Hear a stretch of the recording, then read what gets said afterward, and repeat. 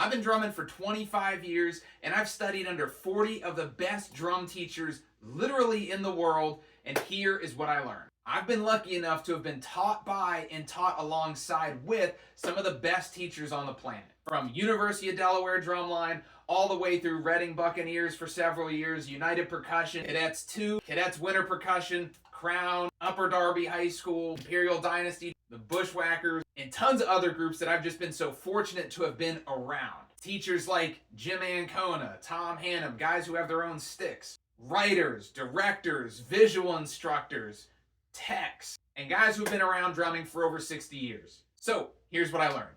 Number one, memorize your music quickly so you can focus on playing. If you are reading music over here, you are not focusing entirely on how you're playing. So when you're learning music, learn it as fast as you can so that way you can actually focus on your hands. How do they feel? How does it sound? Are you playing perfectly in time? Is it rhythmically accurate? All those good things that you want to get to that you can't focus on as well as you want to if you're focusing on reading music. So memorize your music as fast as you can. And then you can actually get great at it. Not just reading it, not just getting through it, but performing it at the highest level imaginable. Number two, the grip is the grip is the grip. All right, what does that mean? That means your grip is the grip that you play no matter what it is that you're playing.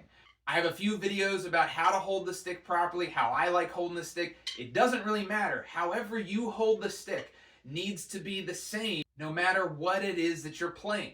You can't change how you hold the stick. There's going to be variations in how your stick feels, the openness of your hand, but the way that you hold the stick, the general approach to the stick, how it feels in your hand, cannot change. Otherwise, you just create variables, and then you got a bunch of stuff to figure out, and then you got to change things, and you got a whole mess. So make your grip consistent at all times. All right, number three.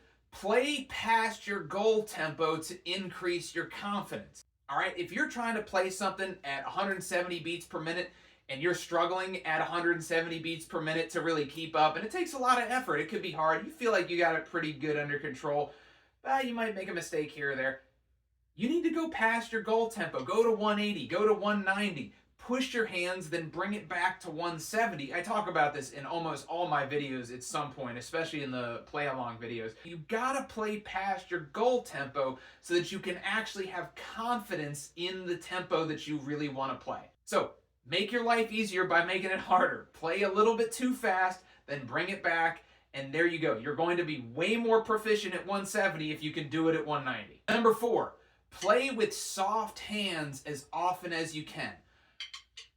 And that means don't use excess energy. Don't squeeze your hand when you don't need to squeeze your hand. You're going to find that in certain rhythms, certain tempos, you're just going to have a tendency to want to over squeeze, or you're going to have tension in your hand. Can you figure out a way to relax your hand, make it feel soft, make the stick feel effortless, make the stick feel like it's made to play the drum, because it is. You just have to figure out how to relax your hands, soften your hands so that you get the resonance out of the stick, the resonance out of the drum, and you're going to get all kinds of clarity and brain space to think about the things you want to do. It comes from having softer hands.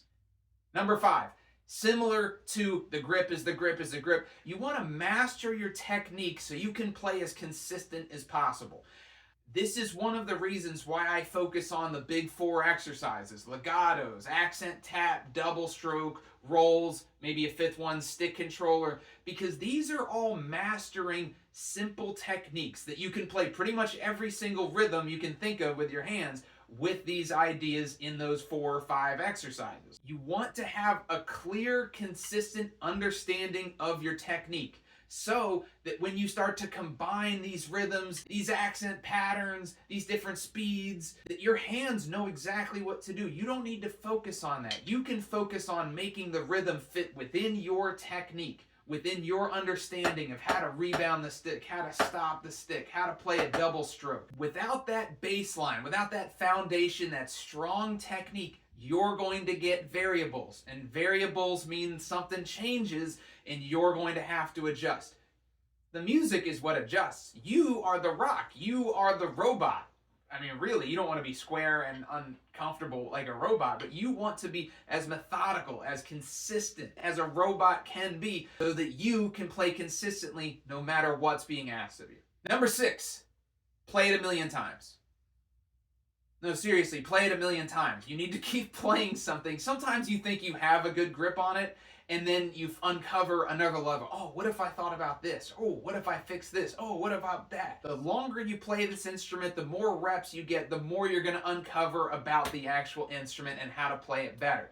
So, you need reps. Seriously, you need a million reps. I joke about that in a lot of my videos. We're playing legatos, great, only a million more reps to go. Truly, you need a million reps. They always talk about that 10,000 hour mark to become an expert at something. It really does require reps and reps and reps so that you figure out how to play it perfectly. And then once you've got it perfect to that level, you uncover something else. And then you uncover something else. So you almost never get to true perfection, but you get as close as any human could possibly get to perfection. So get a million reps. Number 7. Track your progress. If you don't have some kind of practice journal, if you're not recording what it is that you're doing, if you're not making a plan for your practice, you're going to waste your time. You're going to repeat ideas that you're already good at. You're going to push yourself, but maybe not as much as you could have.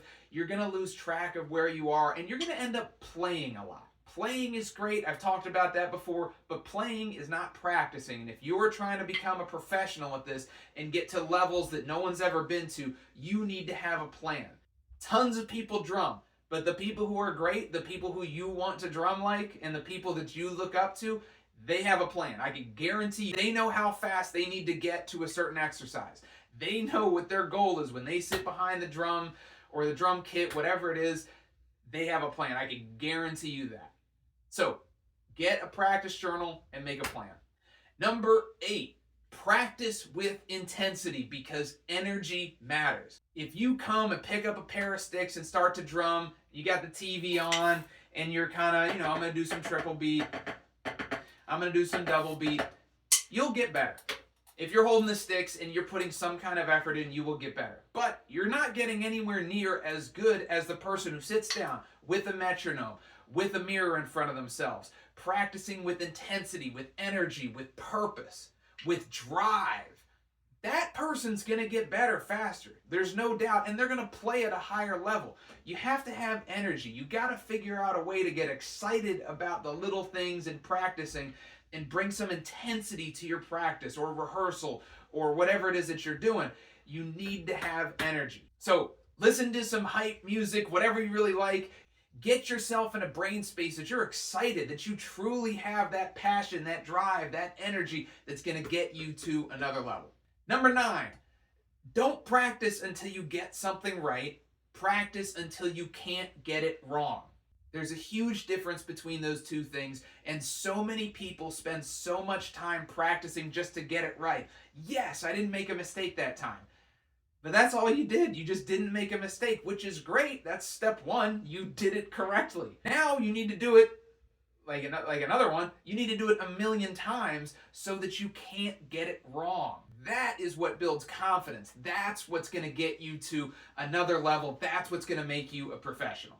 And number 10, the difference between you and the drummer that you look up to, the drummer that you want to be, the guys on YouTube, the guys in the drum lines that you want to be, the guys on stage playing with the bands that you want to play in, the only difference is reps. Drumming is one of the few things in life that you can truly control with effort and time. Not everything is like that. We all don't start with equal talent. You can start drumming with somebody at the same time as you, and they might just naturally get better. I don't know what to tell you. It stinks watching somebody better than you effortlessly getting better. That's just how it goes. But if you truly want to be as good or better than the drummers that you look up to, it purely takes time and reps. So figure out the amount of time you're willing to dedicate to something, figure out the right energy, figure out a plan, and put in a million reps. You can achieve that. All right, that's about 20 years worth of wisdom in there. And if you really apply these ideas and seriously take them to heart, you can be literally as good as you want to be. And I can save you thousands of dollars of getting lessons and joining drum lines to try and get that information out. I hope that was helpful. Let me know down below what other ideas you had that changed your drumming, that made you the best drummer that you've ever been, or got you to break through to another level. I'd love to hear it. Now get out there and go practice.